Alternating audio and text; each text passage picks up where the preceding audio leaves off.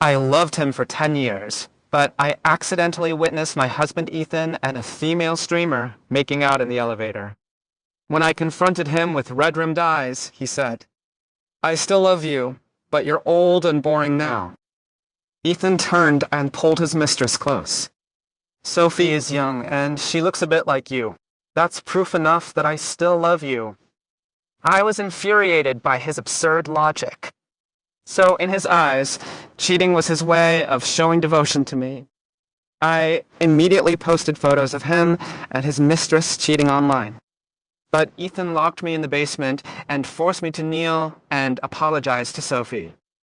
I continued to fight back, and he continued to force me to apologize. Until the 10th time, when Ethan once again forced me to publicly clear things up for that female streamer. I pulled out the divorce papers and chose to compromise. Charlotte POV. When Ethan once again forced me to publicly clear things up for that female streamer, I chose to compromise. His hand paused slightly while adjusting his tie. After a long moment, he smirked. "What? Being so obedient this time? Did you finally realize that making a scene is useless, so you're trying a new tactic?" I opened ins and spoke calmly. "No, I just don't want to keep entangling anymore." After a long silence, Ethan picked up the car keys from the table. Leaning against the entrance, he said unhurriedly, "Actually, there's no rush. It's mainly because Sophie is in a critical period for the Golden Microphone Award selection. You always use the title of Mrs. Walker to pressure her. It's really annoying." I didn't answer, word by word. I seriously posted the 10th clarification statement in 5 years on that account with only a few hundred followers. Admitting I was being unreasonable, admitting Sophie and Ethan were just a simple boss-subordinate relationship. After posting, I said, "Don't worry, it won't happen again." Ethan's figure paused slightly, as if thinking about something. A moment later, he straightened up, his voice carrying a barely perceptible irritation. "That's for the best. Otherwise, you know the consequences." My body trembled involuntarily. Last time I refused to compromise and went to the TV station to confront him. I was directly mocked on Sophie's live show as a crazy woman with extreme control issues. Afterward, her millions of fans dug up my gallery address and splashed paint on it for 3 whole days. When he heard about my gallery going bankrupt, Ethan was just like this, watching me break down with complete calm. Then he raised an eyebrow and dropped a line. "Charlotte, have you learned your lesson?" How strange. It was so humiliating and hopeless at the time. But thinking back on it now, my heart felt nothing. As the door closed, Ethan left. He was rushing to celebrate with his new love. I had no time for sadness. With trembling hands, I opened my phone messages. 2 messages popped up on the screen. One from the bank. "Your supplementary card has been unfrozen." The other from the emergency room, 10 minutes ago. "Ms. Harper, if the surgery fee isn't paid soon, the ICU equipment will be adjusted according to procedure if further delayed." I stared at those words, my fingertips cold. I took a deep breath and quickly transferred all the newly unfrozen money into the hospital account. Watching the successful transfer screen, I collapsed onto the cold floor. That clarification post on INS was the only bargaining chip I had to keep Grandma alive.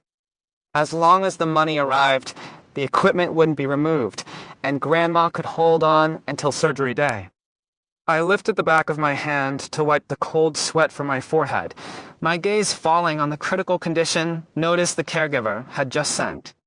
The red danger character stung my eyes. Only then did I realize I could finally let go of this relationship. On the TV screen, Sophie was hosting Metropolitan Observer, the #1 rated show nationwide, smiling with intellectual elegance. She gradually overlapped with the memory of that timid intern who used to follow me calling me Miss Harper. Ethan had one thing right. Sophie was indeed in a critical period for the Golden Microphone Award selection. Those rumors about her being a homewrecker not only didn't affect her, Instead, her team used them for publicity. A few lines she said on the show about daring to love and hate were clipped into short videos and spread everywhere. Fans praised her as a clear-headed, independent, strong female lead. But the first time I discovered Ethan's change of heart, it came from Sophie actively crossing boundaries. At that time, in Ethan's study, I saw Sophie's late-night makeup test photos she'd sent him.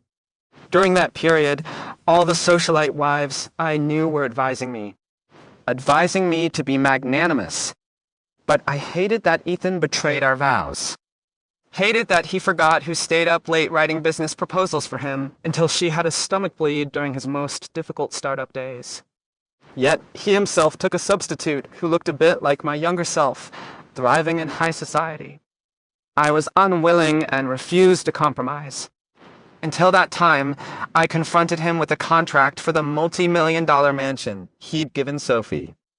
The matter blew up big, to protect Sophie's public image.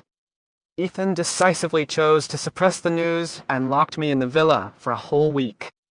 At that time, the entire finance section was praising the Walker Group CEO's business empire.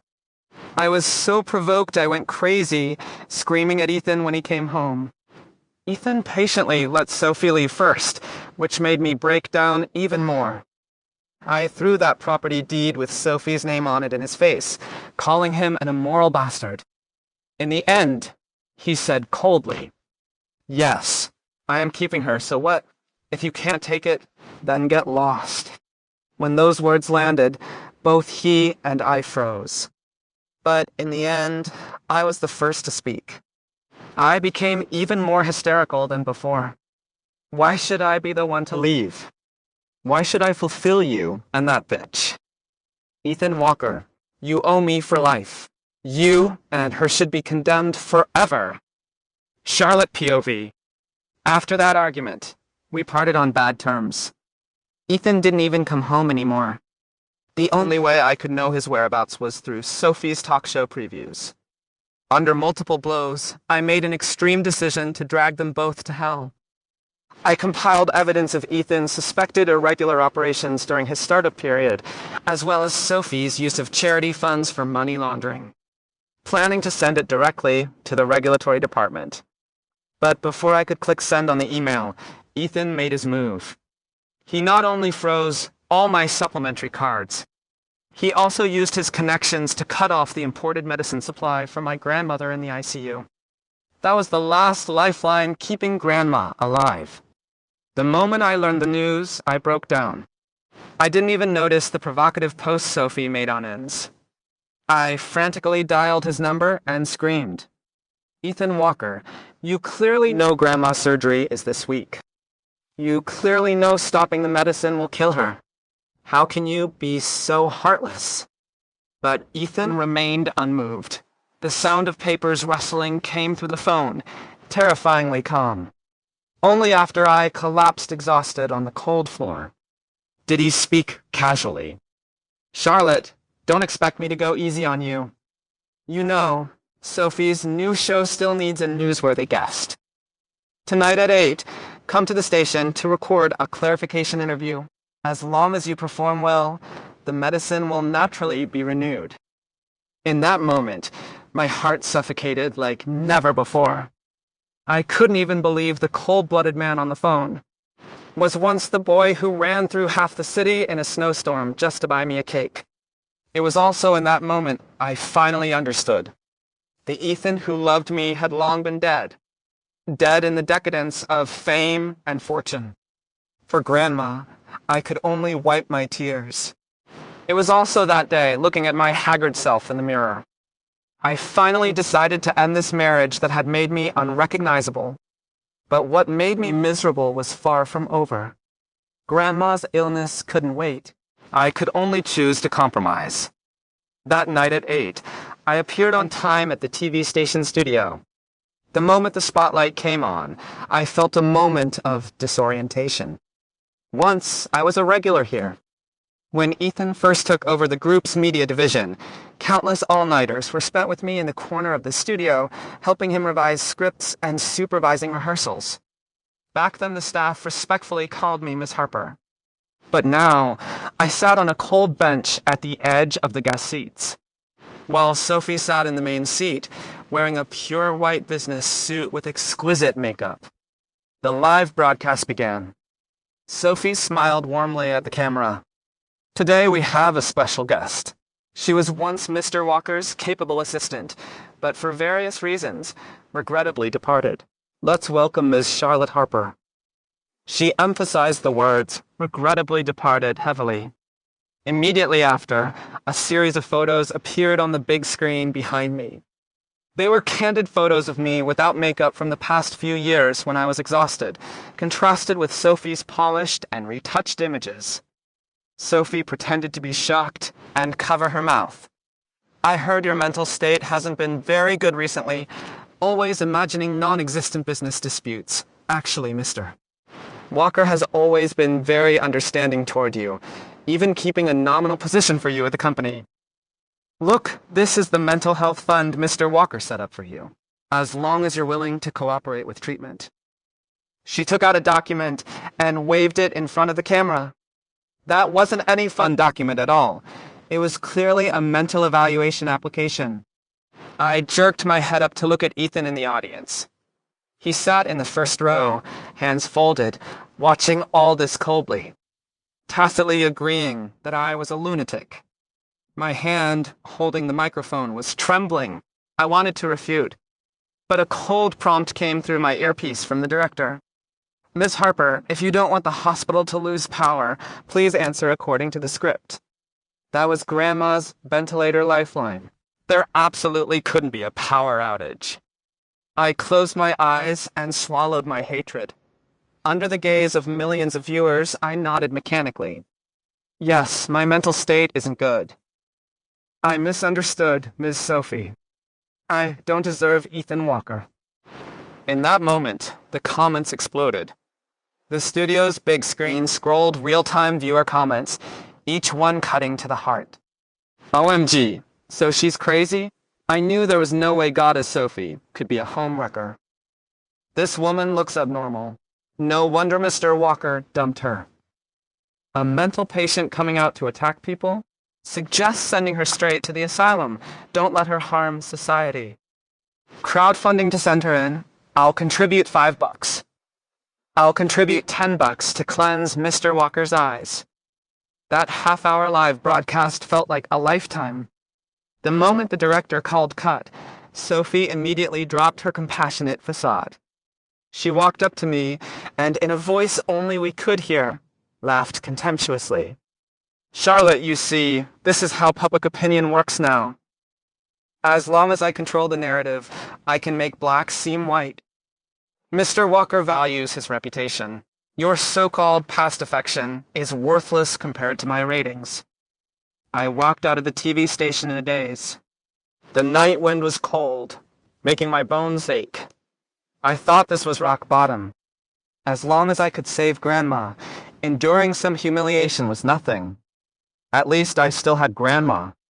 But fate loves to torment the unfortunate. Charlotte POV. After that live broadcast, I became the despised, wealthy madwoman of the entire internet. I didn't dare look at my phone, didn't even dare miss a single call from the hospital. I could only shut myself in my rental apartment in a daze. That villa where Ethan and I had lived for 5 years, I could never go back. It was now filled with Sophie's presence. Even the lilies I'd planted were dug up and replaced with her favorite tulips. I thought hiding away would bring me peace. But I underestimated human malice and the madness of Sophie's die-hard fans.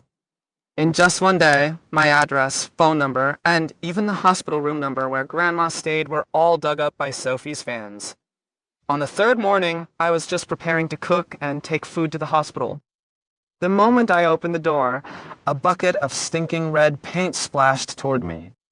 Though I instinctively dodged, I was still splattered with quite a bit. Outside the door, several young girls wearing masks were frantically taking photos of me with their phones, cursing. It's her, that crazy woman who slandered Sophie.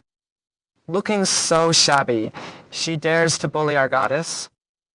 Sisters, teach her a lesson and wake her up. Flashlights went crazy, blinding me. Before I could explain, someone pushed me. I fell miserably onto the paint-covered ground, my knees hitting the cement floor. The pain was excruciating. But I couldn't care about the pain. I desperately protected the thermos in my arms. The food I'd made for Grandma was still hot. "What are you doing? This is illegal." I screamed. A mocking laugh came from the crowd. "Oh, you know about the law? Why didn't you think about the law when you were slandering people online? We're punishing you." In the chaos, someone kicked over the thermos. I watched the mess on the ground, and tears finally couldn't help falling. That was the last little thing I could do for Grandma, and they destroyed it. I struggled to get up, to rush out. The hospital hadn't called me yet. I had to go check on Grandma. But this group of people surrounded me like an iron barrel, not leaving me any gap. Just as I was despairing, my phone suddenly rang. It was the emergency room at the hospital. The ringtone sounded weak, yet piercing amid the noisy cursing. I frantically pushed away the person in front of me and answered with trembling hands. "Miss Harper, come quickly. The patient's condition has deteriorated. Someone splashed paint in the hospital room. Your grandmother was frightened and is being resuscitated now." In that instant, my world collapsed. Splashing paint in a hospital room? How dare they? That was the ICU, a place that saves lives. I don't know where I found the strength. I pushed away a girl blocking me and rushed out of the crowd desperately. Behind me came the girl's screams and curses. "The crazy woman is hitting people. Call the police." I couldn't hear anymore. My mind was filled only with the doctor's words. I frantically tried to hail a car on the roadside. But not a single car was willing to stop for a madwoman covered in red paint. In desperation, I dialed Ethan's number. This was my last hope. He grew up under Grandma's care. Grandma once sold her only jewelry to help him with tuition. He couldn't ignore this. Even for old time's sake, he absolutely wouldn't stand by and watch someone die. Finally, the call connected. Just as I was about to cry out for help, a woman's voice came through. "Miss Harper." "What bad timing. Ethan is taking a shower. You know, last night's celebration was exhausting. He just went to sleep. Whatever it is, let's talk tomorrow." The call ended.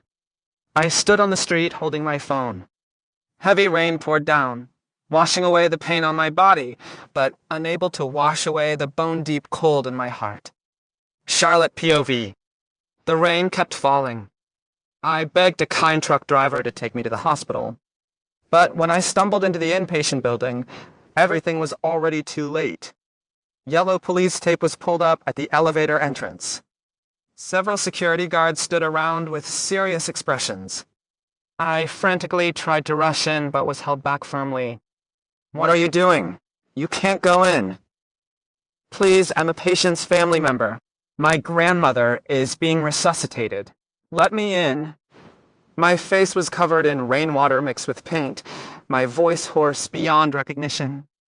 The security guard frowned and was about to drive me away when a nurse happened to pass by and recognized me. She spoke a few words to the security guard in a low voice and pulled me through the staff passage. She looked at me with complex eyes filled with sympathy and pity. "Ms. Harper, there's no need to go in," she said softly. Those few short words were like a thunderbolt, shattering me completely. I stood frozen in place, opening my mouth but unable to make a sound. No need to go in. What did that mean? The nurse turned her head away, unable to bear looking at me. Just now a group of people caused trouble outside the hospital room, throwing things and shining laser pointers at the patient's eyes. Your grandmother already had a weak heart. She was frightened, and she kept calling your name. She couldn't catch her breath. They tried to resuscitate her for half an hour, but couldn't save her. I don't know how I made it to the morgue entrance. That kind old woman who used to warm my hands and her armpits during winter now lay quietly on a cold metal bed, covered with a white sheet. With trembling hands, I lifted a corner of the white sheet. Grandma's eyes were still half open, as if she died with unfinished business, or as if she was waiting for someone. Grandma. I knelt on the ground and pressed my face against her already cold hand. Tears burst forth, but no sound came out. The caregiver who had been looking after Grandma walked over with red eyes and handed me a crumpled plastic bag. "Miss Harper, this is what your grandmother was clutching tightly before she passed. She said, 'This is money for you, telling you not to wrong yourself.'" I opened the bag with trembling hands. Inside was a stack of small bills and a credit card. The credit card had only $30,000. That was what Grandma had saved penny by penny over these years through frugal living. She knew I wasn't doing well at the Walker house, knew Ethan had changed. She wanted to leave me a way out. But I didn't even see her one last time. I could even imagine her fear in the last moments of her life, surrounded by those cyber bullies. She was waiting for me, waiting for the me she'd protected since childhood to save her. But I didn't come, and the man she once loved was now holding the murderer who killed her, dreaming sweet dreams. I clutched that stack of bills still warm with body heat and sat on the cold morgue floor all night. The next morning, the rain stopped. I walked out of the hospital and looked at the rising sun. The sunlight was blinding, shining on me, but without a trace of warmth. I took out my phone and looked at the dozens of missed calls, all from the hospital. Ethan's chat box still stopped at last night's message. "Sophie is timid. Don't call and scare her." I looked at that line of text and suddenly found it funny. Really funny. I laughed out loud, laughed until tears flowed, laughed until my stomach cramped. It was in that moment a certain corner of my heart completely collapsed. The Charlotte who loved Ethan Walker died in last night's rainy night. Charlotte POV. During the 3 days I handled Grandma's funeral, I disappeared. There was no funeral service. I went to the crematorium alone and watched Grandma turn into a small box. Then I scattered her ashes in the river she loved most in life. After doing all this, I returned to that villa. I walked into the bedroom and started packing. My clothes, gifts Ethan gave me. Even our wedding photos, I threw everything into black garbage bags, only keeping Grandma's bank book close to me. At 8 in the evening, Ethan came back. He reeked of alcohol, obviously just coming from some party. Seeing me sitting in the empty living room, he paused, frowning. "Where have you been these past few days?" Not answering calls either.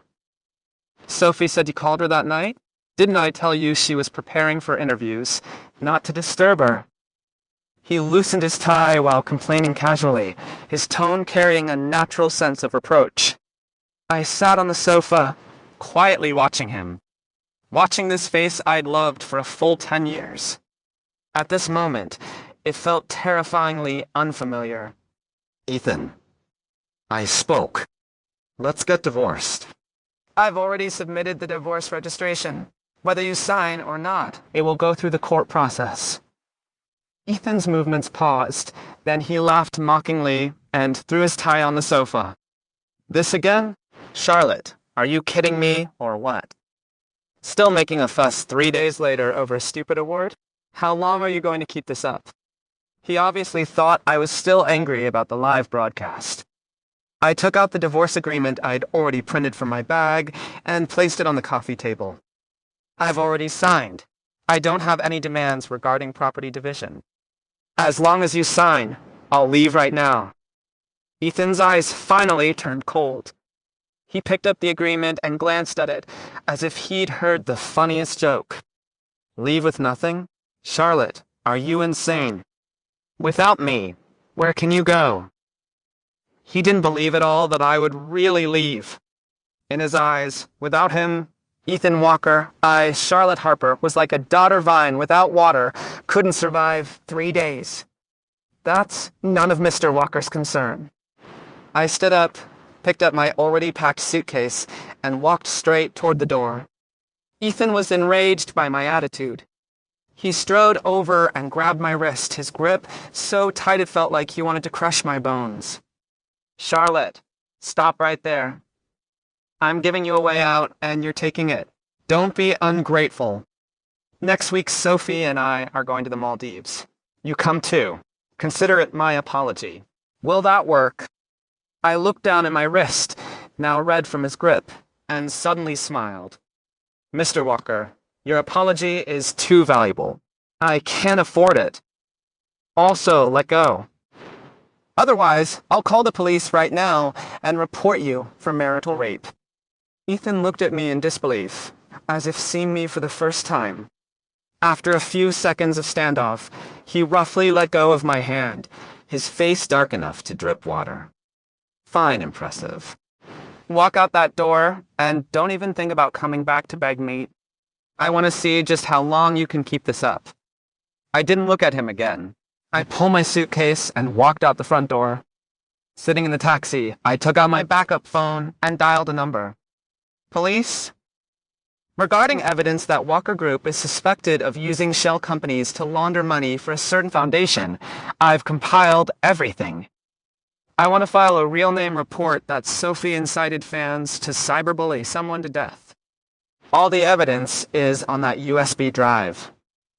Charlotte POV. Early the next morning, I didn't go to the police station, because I knew that the moment I stepped through that door, Ethan would be notified. With his power and influence, there were 99 ways I could disappear. So I went back to the villa. Ethan was sitting at the dining table eating breakfast. Seeing me return, a trace of expected mockery flashed in his eyes. What? Figured it out so quickly? I knew it. Without me, you can't even afford breakfast. He put down his coffee, his tone resuming that condescending sense of charity. I placed my suitcase in the entryway, changed into slippers, and even smiled at him. I have figured it out, Mr. Walker. Yesterday, I was impulsive. After all, we're married. No need to make things too ugly. Ethan raised an eyebrow, obviously satisfied with my sensibility. Tear up that divorce agreement. Tonight Sophie has a gala. Come with me. I nodded obediently, then walked into the kitchen and heated him a glass of milk, as usual. Just when my back was turned to him, I crushed a sleeping pill and mixed it into the milk. Ethan drank it without suspicion. Half an hour later, he fell into a deep sleep on the study sofa. Using his fingerprint, I opened the safe that only he could access.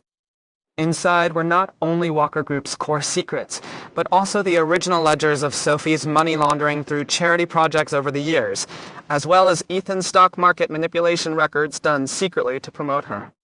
Once these things were exposed, they would be enough to bring down the entire Walker empire. I copied all the data onto a hard drive I'd prepared in advance, and set a timed send. The send time was set for the climax of Sophie's party. After finishing all this, I restored everything to its original state and even thoughtfully covered Ethan with a blanket. Looking at his face that appeared cold even in sleep, I felt only deathly silence in my heart. At 2 p.m, Ethan woke up. He rubbed his temples, only feeling that he'd slept unusually deeply, but didn't think much of it.